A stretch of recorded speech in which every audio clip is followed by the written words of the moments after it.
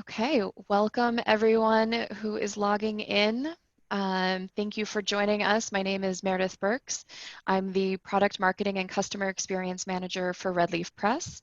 We really appreciate you guys taking the time to join us today for an Ask Me Anything with special guest Angel Sancho Posse. Okay, I will get that right.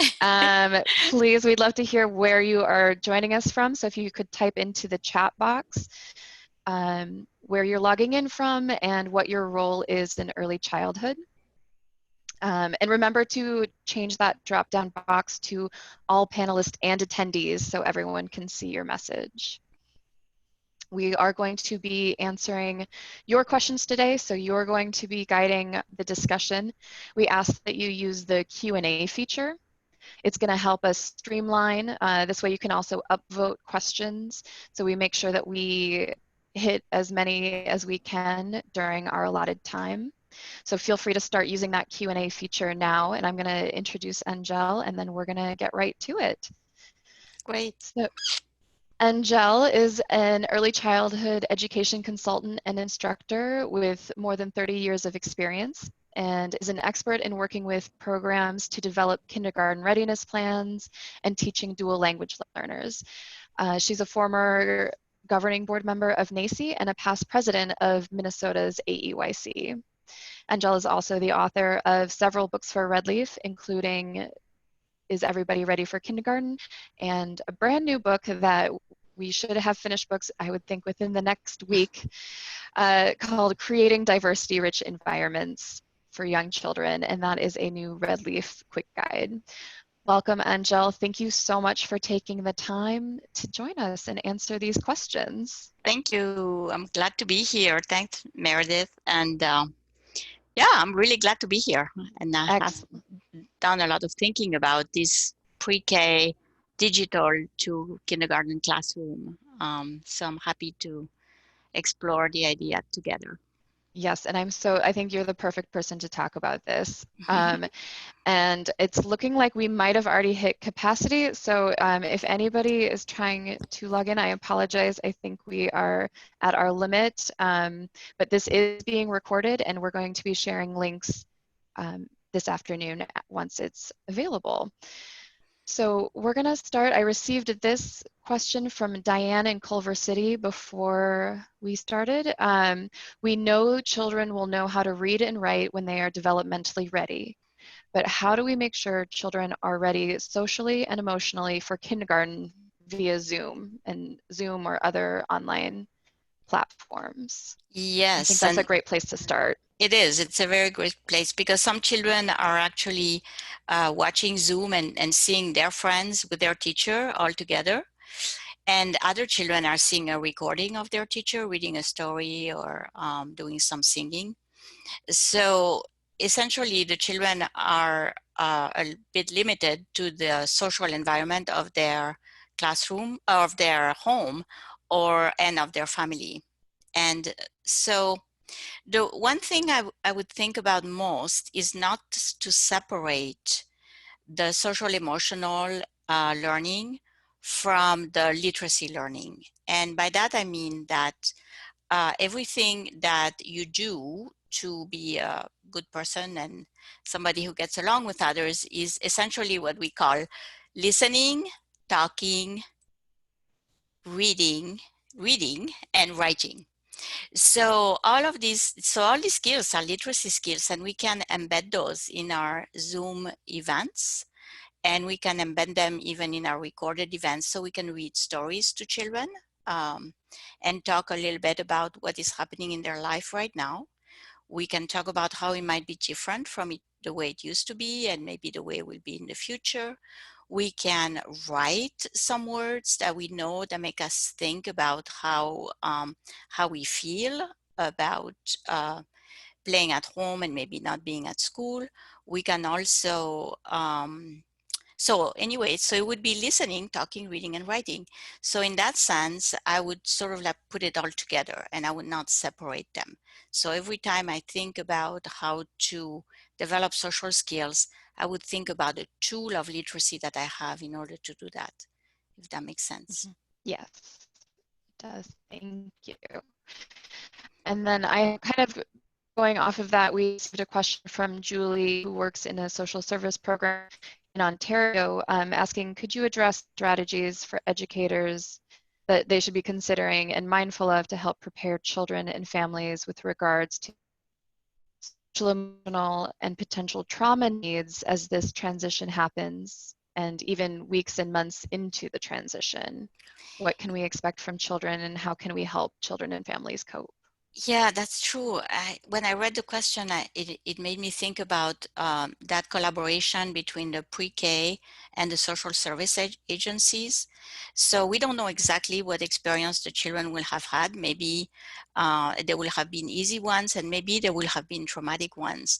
So for the social service agency, my recommendation would be to prepare, to have resources available, and to have them even in a written form that is in plain language and easy enough for families to understand. That if they have a particular concern about a relative who may have died, or if they have had some severe uh, economic difficulties, that there would be a simple kind of way to refer them. And then on the other side, on the side of the kindergarten, I would say, we always say to early educators to have resources available. And I would say find those in your community, and then have them available also for the families who need that special uh, care. And so it would be taking a little bit of time of figuring out what is needed in your community, or what is available in your community, so you could be sharing it. Mhm, mhm. Mm-hmm. And then we have a question from Melanie, who is a youth services coordinator for a library in Pennsylvania, that she said, many public libraries are providing digital programming this summer. What might we do to help schools in making children ready for what she calls COVID-19 kindergarten? Yes. Well, I don't know. It's kind of an interesting uh, title, COVID-19 kindergartens, Mhm, but why not, right? That is what we are doing. So I think, yeah, for the libraries, it would be really nice if they could put together a bit of a kindergarten kit. So it would be, as they're putting together programming for all of their preschool families and their infants and toddlers too, if they could put together some pre-K, so it would be just special for those children and families going to kindergarten. And so it may have some books about going to kindergarten. It may have some I know that some programs do not want to use worksheets, for example, but I would say it's not a bad thing, since children are likely to be exposed to them in kindergarten. So it may be about writing letters and writing numbers. It may be encouragement for learning to write their name and the name of other people in their families. So it might be and maybe 2 or 3 activities that parents and children can do together. Very often, I mean, we've spent a lot of time talking about quality of preschool and making it sometimes very complicated, frankly. And so now I think with COVID-19, we have the opportunity to look at it from a simplified but not simple perspective, mhm, which is that we need to rethink everything that families do that actually are preparing families for kindergarten, and letting them know that when they do things around the house, when they go to the park, when they sing together, even when they fight with the siblings, that is a skill that they will need in kindergarten in order to make up and to learn to share. So mhm, all of these things could be part of that kit. And of course, from the library's perspective, having a set of books that directly talk about kindergarten. mhm. Mm-hmm. That's great. Yeah, I learned a lot about negotiating and problem solving, fighting with my sister when I was growing Yes, up. yes, So yes. So you can use that yeah, in school too. Those are the yeah, same skills. yeah. Uh-huh. Okay, and now those are the pre-submitted questions. So now we're going to go to the live ones. And remember, you're all our participants, if you'd like to upvote a question, if you have something similar that has already been asked and you want to make sure we get to it, use that Q&A feature versus the chat, just because the chat, it gets a little messy and it's easier for me to keep track on the Q&A. So we're going to dive in Yeah. here. All right. First one, how will it be possible to help our new students with separation anxiety at the beginning of the next school year while maintaining social distancing? Yes, and so this is something that in a way relates to the previous questions too, is to remind the children that when and if they go back to a classroom, which by the way, some districts or schools are planning to do a hybrid program where they will be part of the week online and part of the week in the classroom.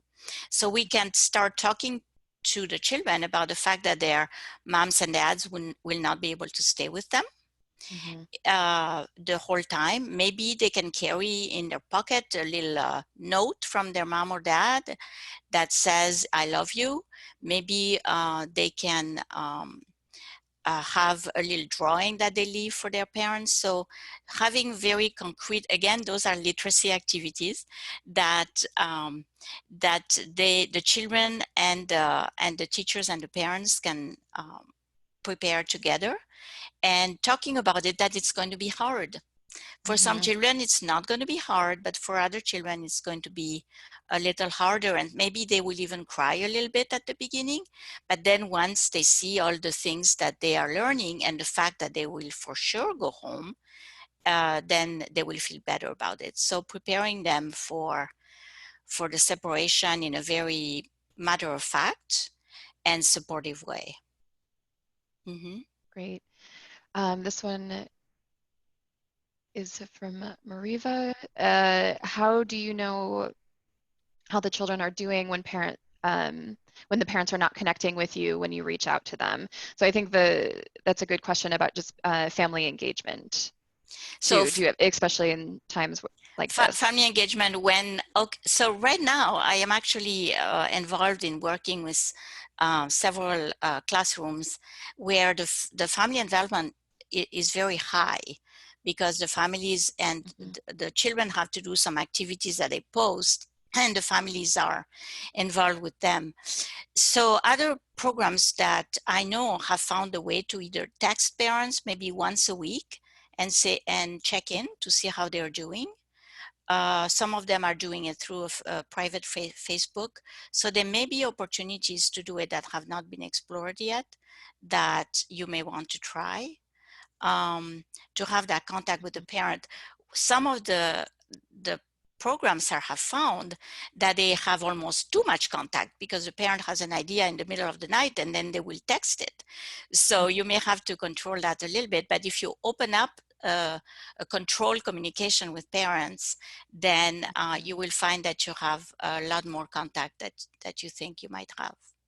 So kind of having a variety of ways for Yes. them to reach you and you to reach them and Yes. just kind of meeting them where they're at. I think a lot of parents are, not saying anything new, but Mm-hmm. working from home, not working from home, but still working or out, just trying to take on so much. Mm-hmm. But, but also understand the question of, we, as an early childhood educator, you want to know how the child is doing and you need that communication. So I think that's a great point about having multiple um, Yes. And the ones communication channels. Yeah.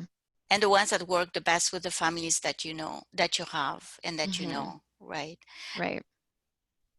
And then the next one we're going to go is from Emily here. What are some best practices in virtual learning, understanding child attention span, the value of face-to-face interactions, but also given the fact that families have had to, quote, opt in to technology to make these closer connections happen? So in the case where the pre-K programs have Zoom and then the children are getting together all in the same room, it can be pretty chaotic at first. I've seen some of them, and so they have to learn to mute and unmute and do all of these things. Hmm. Some of them, the ones that have asynchronous kind of uh, interactions where it is a recording from the teacher, then if the parents are there to help the children, who are there to what we call mediate, right? Whatever is happening with the child, then the children really learn very quickly. Sometimes we think that this is going to be very different, but frankly, for these children, this situation is going to be what they know. So when we talk about the new normal, this is essentially the way it's going to be for them. So in some ways, not to get to be the ones that remain calm in this situation of technology with young children, because they think it's the way to go. Now, how long to do it? So if you're doing a Zoom meeting, I would say that it should not go more than 20 minutes if you're doing with the whole classroom. Now, some classrooms have decided to break the children into 2 different groups or 3 groups. So it's not happening every day, but they are doing maybe 5 or 6 children, 1 day a week. And it doesn't seem like it would be necessary to do a Zoom meeting every day with the whole class, because that becomes a burden on the parents who have to be there, and they have a lot of other things to do, sometimes even use the computer themselves. Mm-hmm. So, so to have a combination of recorded messages and maybe 1 Zoom a week might be enough. Mm-hmm. Great. And I think, kind of something I caught on to what you just said, families, maybe they have a computer and the parent needs to use it, but I'm going to take that and ask you Carolyn's question here about what about children who are further disadvantaged or isolated by not having access to the internet? So we've Yes, talked a lot about digital and online learning, but what about families that don't have access to that? I think that's a great question, Carolyn. Thank you for yes, it asking is. it. And so because we were going from the digital classroom into the physical classroom, and so if families have not had any access, and the preschool program hopefully has had the opportunity to put together, like we were talking about the library, or again, this is where the library comes in, or social service agencies come in, which is to have some kind of kindergarten preparation kit that gives ideas to parents, that gives ideas to for them of things that they are doing at home, reassuring them, first of all, that the play that they are doing at home and the activities they are doing are what the children need. So I think in this case, I would give a lot of reassurance to parents, and if there is a way to reach them. Now, some of the classrooms I was telling you that I'm working with are actually, some of them are Latino families who are very low income, and who the fortunate part is that the district where they are in was able to provide them with internet access as well as with tablets. So some districts have more resources than others. But if they don't, I would go with the paper kit, and find a way to distribute them. A place to distribute them would be in some areas they're having food distributions even in the schools. So they have a truck that comes once a week and that has food distribution. That would be a place where I would have my little kindergarten kit for the families too. Great. Mm-hmm. And then we have one from Rosalina here, who is a preschool teacher with 24 students, ages 3 to 5 years old. She is wondering how we can effectively and safely reopen schools with limited space, considering the social distancing is the best way to mitigate the spread of this virus. Yes, that is the question that everybody has. And I think this is where it's difficult also to reassure families that we know exactly what's going to happen in the fall, because lots of thinking needs to happen. So in some states, the the Department of Education and the Department of Human Services is setting very clear guidelines, and is involving the programs into how to do this reopening with less children per classroom. So that's where I would go first, would be to the Department of Human Services and the Department of Education of my area, my state, and find out what they already have in place. The next thing then, and usually they're doing this work in collaboration with preschool programs and childcare centers. So everybody can put their ideas together. And if in the absence of any official support, then it would be how do I make it work? How can we afford it? And also in some places they are thinking about having separating the children. So some children come 2 days a week and some children come 3 days a week. Or 1 week and then the following week they alternate. Some children might come in the afternoon and others in the morning. So it will take some work. Yes. So Mm-hmm. hopefully we have a few months to work on that and to be able to have a plan so we can tell families and children. Yep. Mm-hmm. Yeah, prepare them by telling them ahead of time. Absolutely. I'm gonna grab one from the chat box that I saw. Any ideas? This is from Billy Ray. Any ideas of introducing the children and parents to wear masks around the center? How should we Yes. introduce wearing masks? Any ideas there? Yes, yes, yes. So you can do that with, well, you can do that with dolls, with stuffed animals. You can do that with yourself. So you could even do a little video of yourself wearing a mask and then putting your mask on and then playing peekaboo essentially with your mask and saying, you know, this is the way it's going to be when we go back to school. Everybody's going to wear a mask. And the reason we do that is because there is the virus. It's called COVID-19, and we all want to be safe, so our mouth and nose are covered. And so I've actually seen someone who did, a teacher who did this little, it was 2 minutes on the video. And then that was a preparation before the children arrive. And then once they arrive at school, and we might also say, you know, I don't like to wear the mask either. It's Mhm. like, it's very inconvenient. And sometimes I just feel like taking my mask off. Well, we will have to keep them on because that's the new rule, but we can take them off when we are eating. And then when you go home, you also probably don't have to wear your mask. And so letting children know that though it's an inconvenience, we're doing it to help each other stay safe and healthy. Mm-hmm. Excellent. And I see a couple of people have chimed in on that as well. And Lena Saunders said that Build-A-Bear did a video on how to make a mask for their bear. So thank you Okay. for that suggestion, Yeah. Lena. I think we can probably find that online. And then it also works great with a puppet. Yes, this is a great Yes. suggestion. So it sounds like Mm-hmm. people are Mm-hmm. loving these Yeah. ideas. Yep.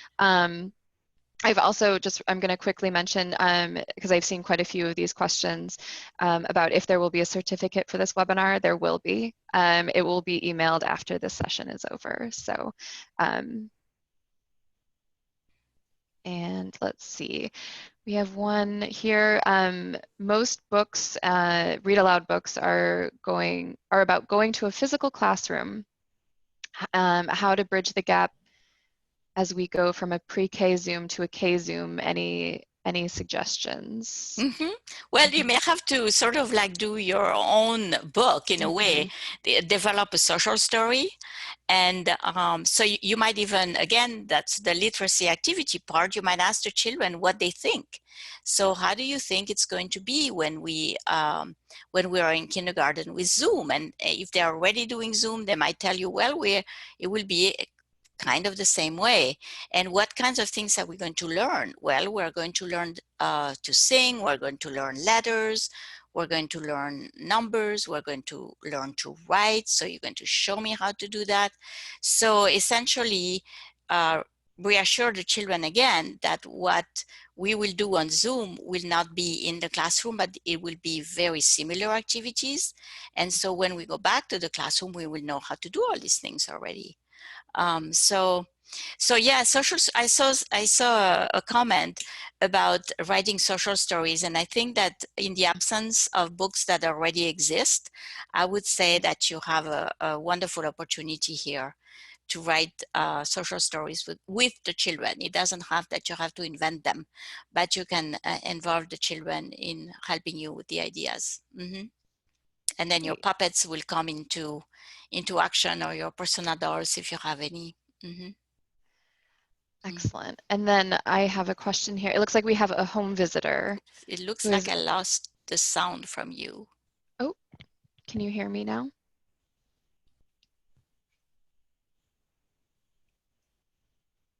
I'm not sure if you can hear me, but I do not hear you, Meredith. I, I can hear you. We can all hear you.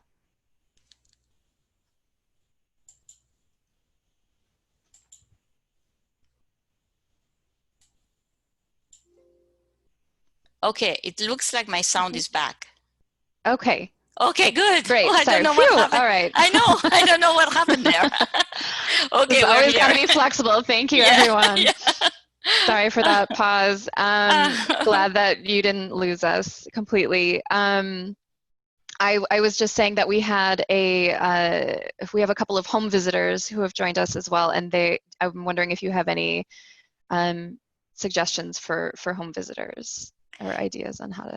so home visitors who have access to internet, or who may not have access to internet, but I mean to to technology when they are visiting.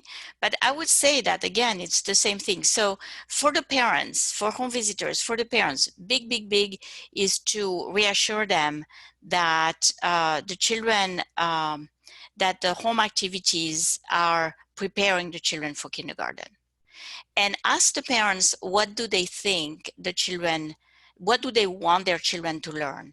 So in my experience, parents, especially parents who have a low level of education, will focus on the academics. And what I say to the professionals working with them is, go with the parents to that part. So if the parent says, I want my child to learn the ABCs, I will say, yep, okay, so let's see how we can teach the ABCs and how we can do it singing, or how we can show letters. If they say, I want my child to be able to write his name, then let's go with the parent there too. I think it's a mistake to tell the parents, oh yes, but we want your child to have all these other skills before they can do academics, and that really derails the parents. So we need to find simple, easy to do at home literacy activities for these parents to do, and reassure them that what they're doing with their child is preparing the child. So there's no magic that that could happen, except for their daily life with the child, and they're talking, they're helping their child to listen, they're talking, they're reading, and they're writing with them. So yes, Yeah. that's a very important way to think about parents, uh, to help them to not dismiss their concerns. Mm-hmm. Great. We have a question over here from Francine. Will you speak to kindergarten retention, especially for students who had poor attendance from the beginning of the school year? She's aware that research says retention is seen as a negative action, but with COVID, what do you think? So by retention, would that be keeping the children in kindergarten I believe so. and not moving them on to first grade? I think that's what she Okay. is wondering. Well, retention in general is really needs to be very thoughtful and not blanket.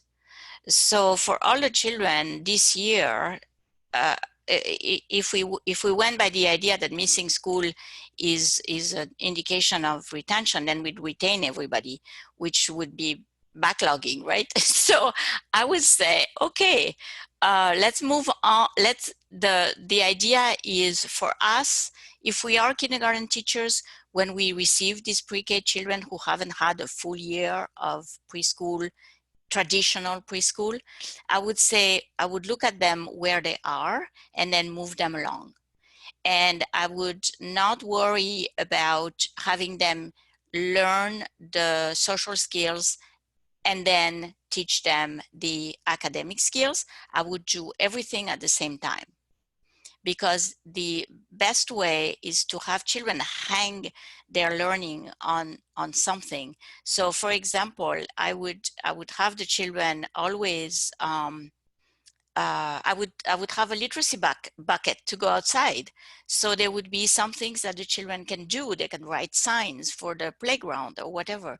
So, but going back to the question of retention, I think that we need to be very sensitive to not assume that retention is going to be helpful, Mm-hmm. but that we think about how to um, help children catch up in some way at the beginning of the school year and throughout the year, because someone else mentioned that.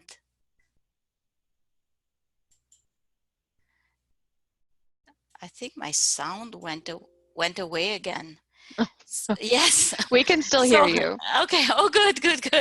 So so yes, so let's not do blanket retention. If somebody in your district or in your area has that idea, take the time to think about it and to discuss it and to see what the consequences might be. Mm-hmm. And this time has flown by, but I have another question here. This will be the last one. If people can stay on a little bit longer, that would be great. I know we are at time now. That half hour flew by. Um, this is from Emily. She says, I agree that we need to keep in mind parent availability for technology use with young learners. I'm wondering if you have any resources that she could pass along to administrators as they make decisions about what a developmentally appropriate and culturally responsive virtual classroom looks like, so as not to put too much pressure on families to help children learn. From the cultural responsive perspective, I would say that anytime we involve all the children in thinking with us about any ideas that we have, that we are being culturally responsive. So instead of giving them, that we take from them what it is that they know about the topic or what it is that they are interested in. The other part of the question was, how do we talk to administrators about would it be the length of the of the sessions, or would it be, I think from a cultural perspective, if we all families are used to technology, so if they have it available.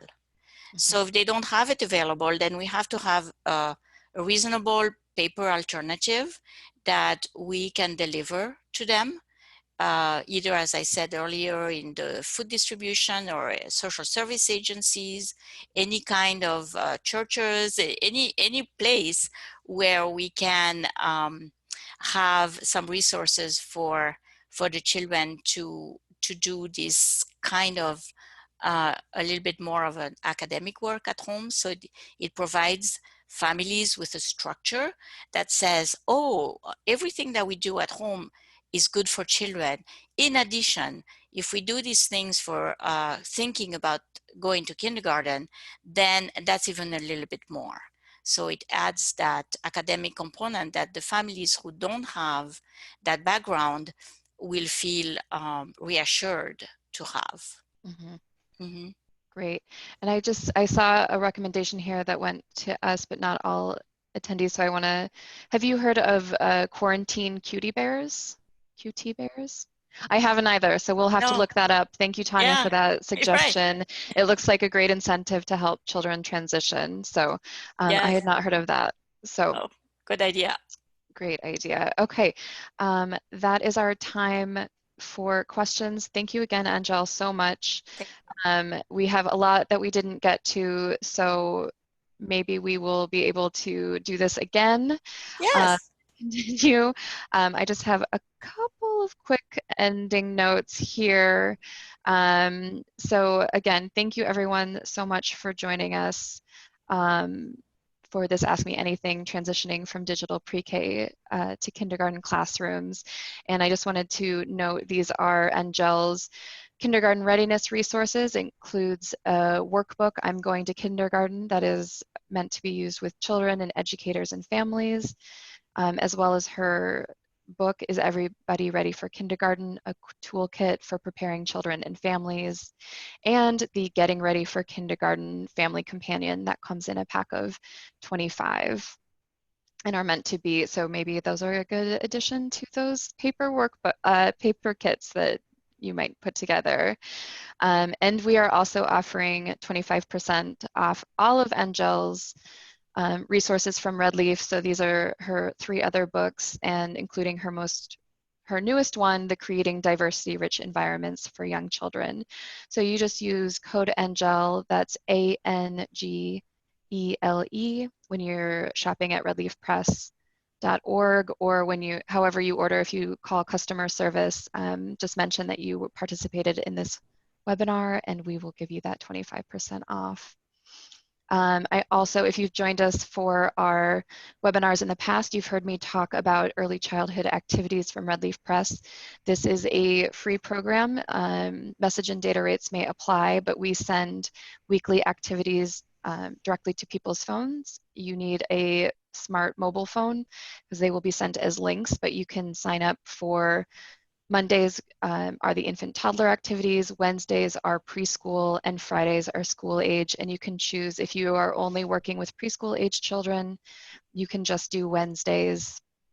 If you'd like to see all of them, you can sign up for all 3. It is free to register. And this is a resource that I would love for people to share with their families as well. All of the activities are taken from Red Leaf Press resources, so you know that they are developmentally appropriate, they are play-based, and we hope you have been enjoying them. If you have already signed up, you can register for that at redleafpress.org/text. I've also included my information here. We'd love to hear from you and see how you've been enjoying these sessions. I'm going to be following up with an email later today that will include this certificate of participation. So be on the lookout for that. If you do not see it, feel free to shoot me an email and we'll make sure you get it. Angel, thank you again so much Thank for you. joining us. Thank you everyone for the questions. That was amazing. I hope you have a wonderful day. Thank you. Have a good day. All right, bye-bye. Thank you. Bye-bye.